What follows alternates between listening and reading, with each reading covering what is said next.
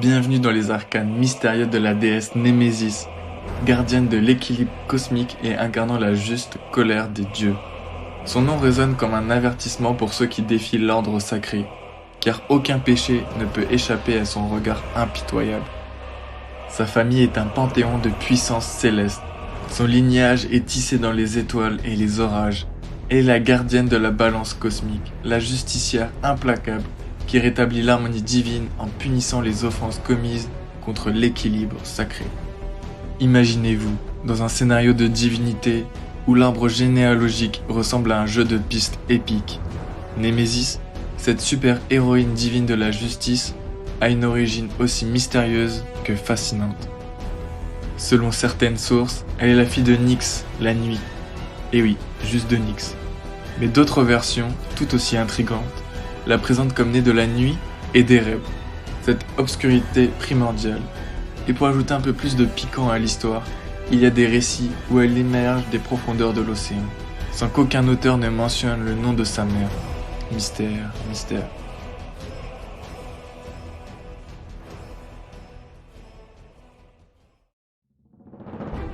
Donc, dans les tests orphiques, elle prend le nom d'Adrastée et est décrite comme la fille de la nécessité, née sans père.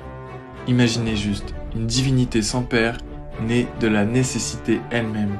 C'est ce qu'on appelle une naissance légendaire. Mais attendez, ce n'est pas fini. Certaines traditions la désignent même comme la fille de Zeus, le grand patron des dieux, sans mentionner le nom de sa mère bien sûr. Et pour ajouter un dernier rebondissement, d'autres disent qu'elle est née de Dike, la justice personnifiée. C'est un véritable casse-tête mythologique. Entre les versions contradictoires et les origines mystérieuses, une chose est sûre, Némésis est une divinité qui aime garder ses secrets. Après tout, quoi de mieux pour une déesse de la justice que de rester entourée de mystères et de mysticisme. Némésis, la déesse de la juste colère et du châtiment céleste, est comme la superstar des divinités grecques. Imaginez-la comme la maîtresse de la balance cosmique, prête à distribuer les baffes célestes à quiconque dépasse les bornes. Certains disent que c'est la déesse de la pudeur, mais vous ne voulez pas voir cette dame se mettre en colère. Paul Mazan, un helléniste français, ce sage, la compare à la conscience publique, à cette opinion publique qui peut vous faire sentir comme un petit cafard quand vous avez fait une bêtise. Imaginez-vous dans le monde antique, vivant votre vie, vous prenant pour le roi du monde. Vous vous pavanez, vous vous la jouez, je suis le meilleur, et bam, Némésis vous rattrape. Vous pensiez que vous pouviez jouer avec le destin ? Elle se charge de vous rappeler votre place, car elle déteste les personnes coupables d'hybris, c'est-à-dire de mégalomanie et de démesure. Son nom, Némésis, vient d'un verbe grec qui signifie répartir équitablement. Elle est la justicia ultime, prête à remettre les pendules à l'heure, même si cela signifie vous envoyer un message divin de mort en guise de punition. Elle est comme la Batman des dieux, prête à rendre la justice, même dans l'obscurité. Et comme si ça ne suffisait pas, la mythologie romaine la reprend sous le nom d'Invidia, une déesse qui tire la tête quand quelqu'un d'autre a plus de chance que vous. Elle est prête à faire des siennes quand la vie semble injuste. Elle s'indigne devant un avantage injuste. Alors, méfiez-vous de Némésis, car elle n'a pas peur de vous mettre à votre place. Que vous soyez un simple mortel ou un dieu présomptueux. Après tout, la colère divine ne fait pas de quartier, surtout quand elle est servie avec une touche d'équité céleste. Concernant les enfants de Némésis, ils sont les instruments de sa volonté, les messagers de sa colère juste. Ils sont les avatars de la punition céleste, les agents de la rétribution divine envoyés pour rétablir l'ordre là où règne le chaos. Découvrons maintenant quelques mythes liés à Némésis. Ah, l'histoire de la naissance d'Hélène de Troie est aussi captivante qu'une épopée antique. Voici donc les multiples récits de la mère légendaire de cette beauté, elle-même légendaire. Imaginez cette histoire. Zeus, le roi des dieux, tombe follement amoureux de la belle et redoutable déesse de la vengeance, Némésis. Mais voilà, Némésis, elle n'est pas du tout intéressée par les avances de ce dieu, un peu trop insistant. Alors que fait-elle ? Elle se transforme en toutes sortes de créatures pour échapper à Zeus. Tantôt un poisson, tantôt un animal terrestre. Elle traverse les océans et parcourt les confins de la terre pour fuir cet amoureux un peu trop collant. Mais Zeus, lui, n'est pas du genre à abandonner. Pour la piéger, il se transforme en cygne majestueux et demande à Aphrodite de prendre la forme d'un aigle menaçant. Pendant que l'aigle pourchasse le cygne, qui n'est autre que Zeus déguisé, celui-ci trouve refuge dans les bras de Némésis, qui, pensant sauver un pauvre cygne, l'accueille sans méfiance. Erreur fatale. Alors qu'elle s'endort, Zeus profite de la situation et sans perdre de temps réalise son plan. Résultat de cette union improbable ? Un œuf. Oui, un œuf que Némésis pondra plus tard. Mais cet œuf ne restera pas longtemps avec elle, car Mercure, le messager des dieux, s'empresse de le voler et de le déposer dans le giron de Léda, la reine de Sparte. Et de cet œuf, devinez qui émerge ? La magnifique Hélène, celle qui sera connue pour sa beauté légendaire et qui sera à l'origine de la fameuse guerre de Troie. Alors la prochaine fois que vous verrez une constellation en forme de cygne dans le ciel, rappelez-vous que c'est Zeus, toujours en train de fuir l'aigle, Aphrodite, et que cette histoire incroyable a donné naissance à l'une des figures les plus célèbres de la mythologie grecque, Hélène de Troie. Et maintenant on se retrouve avec le mythe des frères maudits, les enfants sombres de Némésis et de Tartare. Imaginez une fratrie vraiment pas comme les autres, les Telkines, ces 4 créatures mystérieuses et redoutables, nées de l'union improbable entre Némésis, la déesse de la vengeance, et Tartare, l'esprit de l'abîme sous la terre. Ces 4 frères, Actaïos, Mégalésios, Orménos et Lycos, ne sont pas de simples mortels, mais des êtres d'une puissance incroyable, dotés de talents magiques et de capacités surnaturelles. Les Telkines étaient connus dans la mythologie grecque pour leur pouvoir de métamorphose et leur connaissance en alchimie et en forge.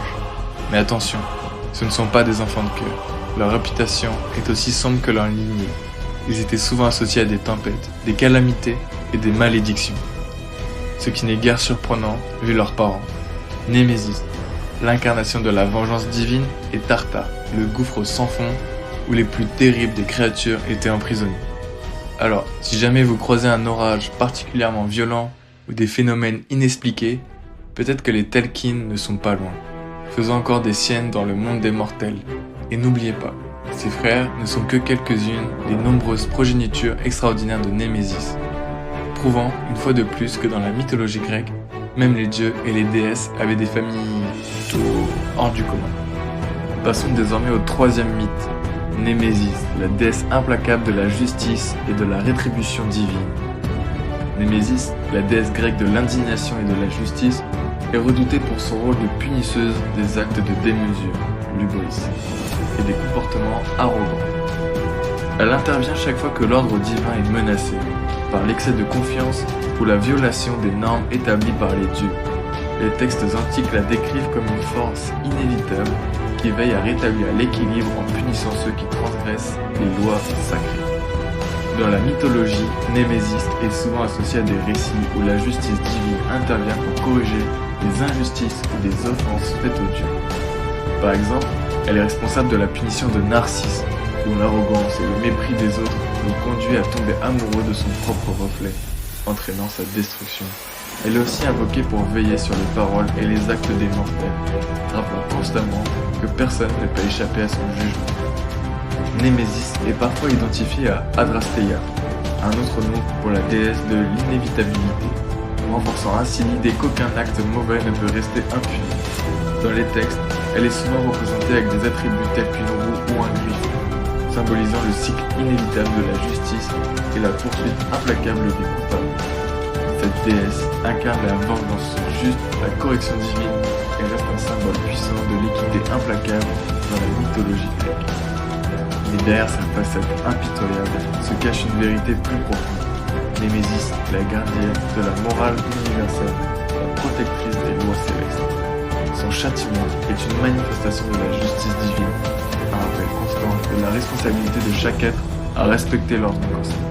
Dans la tradition grecque, Hésiode la décrit dans les Travaux et les Jours, comme une déesse qui quitte la terre lorsque l'humanité devient corrompue, laissant derrière elle l'indignation et la douleur. Pindare, quant à lui, prie Zeus de ne pas envoyer la jalousie de Némésis sur les hommes, tandis qu'Aeschylus souligne l'importance de se prosterner devant elle pour éviter sa vengeance.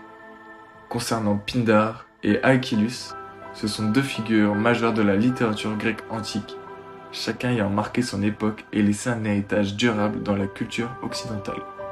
Donc concernant Pindare, il est né vers 518 avant Jésus-Christ et est mort vers 438 avant Jésus-Christ. C'est l'un des plus grands poètes lyriques de la Grèce antique. Il est surtout connu pour ses épinicies, des odes célébrant les victoires des athlètes grecs dans les Jeux panéhéléniques, comme les Jeux olympiques. Ces poètes sont réputés pour leur complexité, leur richesse symbolique et leur style exalté. Pindare n'hésitait pas à mêler les exploits des athlètes à des références mythologiques, tissant ainsi un lien entre les héros de l'Antiquité et les champions de son époque. Il est également reconnu pour son exploration de thèmes tels que la gloire, la divinité et la fragilité de la condition humaine. Son œuvre est imprégnée de respect pour les dieux et de la conviction que le succès humain est toujours accordé par la faveur divine. Aeschylus, né en 525 avant Jésus-Christ et est mort en 456 avant Jésus-Christ, est l'un des pères fondateurs de la tragédie grecque. Il est l'auteur de plus de 70 pièces, dont seules 7 ont survécu. Ses œuvres les plus célèbres incluent les Perses, les 7 contre Thèbes, les Suppliantes et surtout l'Orestie, une trilogie composée d'Agamemnon, les Coëphores et les Euménides. Aeschylus est reconnu pour avoir introduit des innovations majeures dans le théâtre, comme l'ajout d'un second acteur sur scène, ce qui a permis un dialogue dramatique plus riche et complexe. Ces pièces explorent souvent des thèmes comme le destin, la justice divine et la culpabilité collective, avec un accent particulier sur l'influence des dieux dans les affaires humaines. Aeschylus est vénéré pour la profondeur de sa pensée, son exploration des dilemmes moraux et son style grandiose. Ces deux auteurs ont profondément influencé la culture grecque et continuent d'être étudiés et admirés pour leur contribution inestimable à la littérature et à la philosophie occidentale. Retournons à notre cher Némésis.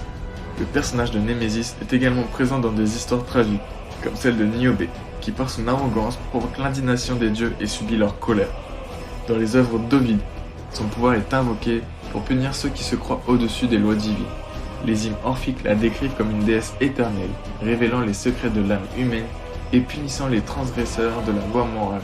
Sa présence est également évoquée dans les lois de Platon, soulignant ainsi son rôle dans la préservation de l'ordre social. Les mentions de Némésis dans les écrits de Nonos illustrent également son rôle en tant que gardienne de la justice, punissant ceux qui osent défier les dieux ou agir avec arrogance envers leurs semblables. Dans l'ensemble, Némésis incarne la notion de justesse et de rétribution dans les mythes et les croyances antiques, rappelant aux mortels que la vanité et l'orgueil ne restent pas impunis devant les dieux. Le culte de Némésis était répandu dans plusieurs régions de la Grèce et au-delà, avec des sanctuaires dédiés à la déesse dans diverses villes et régions. Donc on a Rhamnous en Attique. Rhamnous abritait un sanctuaire important de Némésis, où se trouvait la célèbre statue de la déesse. Certains attribuent la création de cette statue à Diodotos ou Agorakritos, deux sculpteurs réputés de l'époque. Pausanias décrit la statue comme représentant Némésis avec une couronne ornée de cerfs et de petites images de Nike. Elle tenait une branche de pommier dans sa main gauche et une coupe ornée d'Éthiopiens dans sa main droite. On pense que la colère de Némésis aurait également pesé sur les Perses qui ont débarqué à Marathon, où une pièce de marbre de Paros a été utilisée pour ériger un trophée, qui a ensuite été transformé en une statue de Némésis par Phidias. Patrae, en Achaïe. La ville de Patrae possédait un temple de Némésis, où des statues colossales de marbre blanc étaient vénérées. Adrastéia, en Troade, Anatolie. Adrastéia était une ville où un temple dédié à Némésis a été érigé. Selon certains récits, Adrastéia aurait été nommée d'après le roi Adrastos, qui aurait fondé le premier temple de Némésis. Bien que le temple ne soit plus visible, il y avait un temple dédié à Adrastéia près de Cyzique. Ces sanctuaires et temples témoignent de l'importance du culte de Némésis dans le monde antique grec, où la déesse était vénérée comme la gardienne de la justice et la punisseuse des orgueilleux. Et voilà, nous avons parcouru les mystères et les légendes entourant la déesse Némésis, gardienne de l'équilibre cosmique et incarnation de la juste colère des dieux. À travers les récits anciens, et les sanctuaires dédiés à sa vénération, nous avons découvert une figure mythologique aussi fascinante qu'implacable.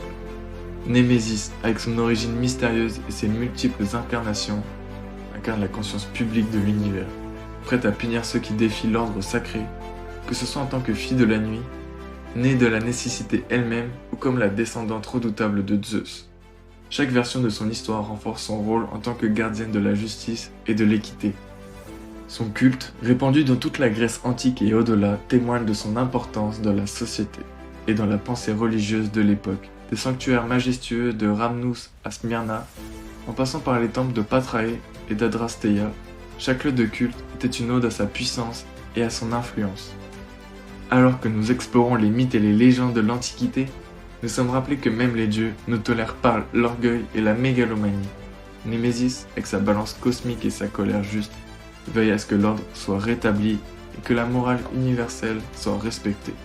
Que cette plongée dans les arcanes de la déesse Némésis vous ait inspiré et éclairé sur cette figure mythologique fascinante. Souvenez-vous toujours que la justice divine ne fait pas de quartier et que l'équilibre cosmique est préservé grâce à des forces aussi puissantes que mystérieuses. Merci d'avoir exploré avec moi ces mystères anciens. Que la sagesse de Némésis guide vos pas dans le respect de l'ordre sacré de l'univers. À la prochaine pour une aventure mythologique.